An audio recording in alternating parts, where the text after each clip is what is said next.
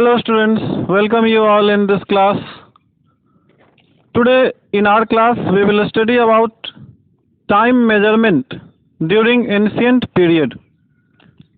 Students, in last class we have studied about what is time, and in this class we will study about time measurement during ancient period.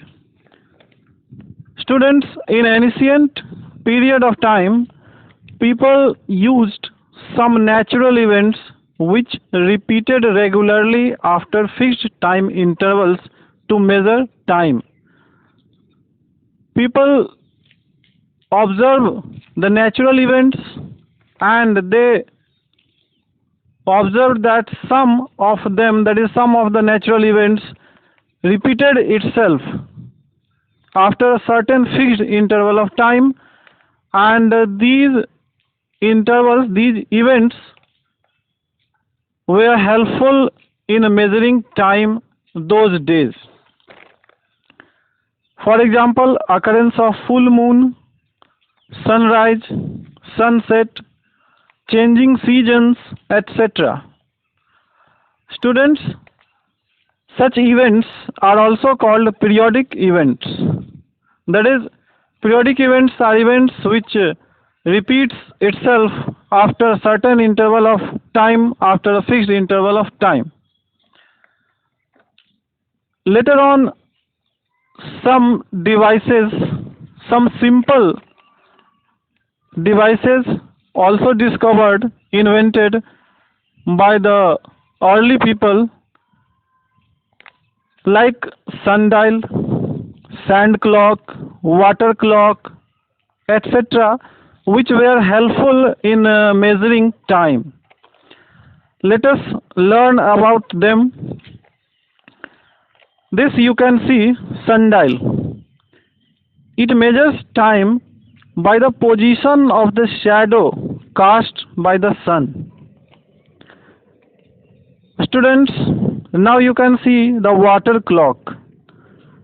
Water clock measures time by using the rate at which water drips from one vessel to another, and on this basis the time is calculated. That is, water takes fixed time for a certain quantity of water dripping from one vessel to another.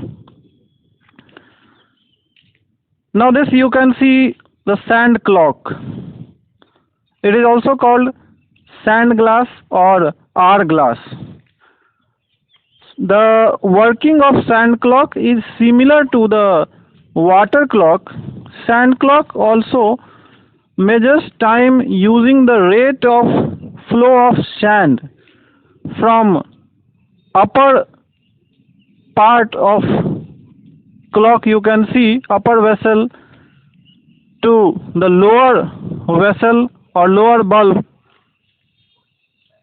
If the whole quantity of sand falls from upper to lower bulb, the sand clock is just inverted, so that the lower bulb, which is filled with sand now, becomes upper, and the upper bulb, which gets vacant, becomes lower bulb, and again the sand starts falling from upper bulb to the lower bulb, and thus the time can be calculated. In this process, that is, the flow of sand takes fixed time to fall from one bulb to another, so it can also be used for measuring time. There were another methods or another ways to calculate time or to measure time other than natural events like movement of a star, sun, and moon. Also, some artificial devices or artificial methods were used to measure time or time period. Like you can see this type of candle clock. the candle which burns with uniform rate, and the whole length is divided in a scale like a structure marked with a scale, and the burning length shows the time duration, a fixed time duration, which can be calculated. So students, in this class we learned about the different techniques used by our ancestors to measure time or time duration. Students, with the advancement of science,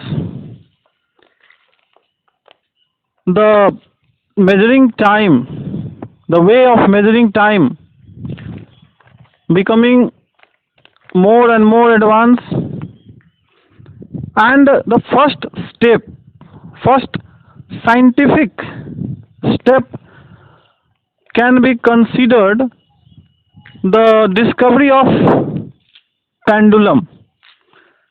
Using pendulum, the measurement of time became more scientific and more accurate. So discovery of pendulum brought a new era in measurement of time, in the process of measurement of time, and we will study about it in next class in detail. So this is enough for this class.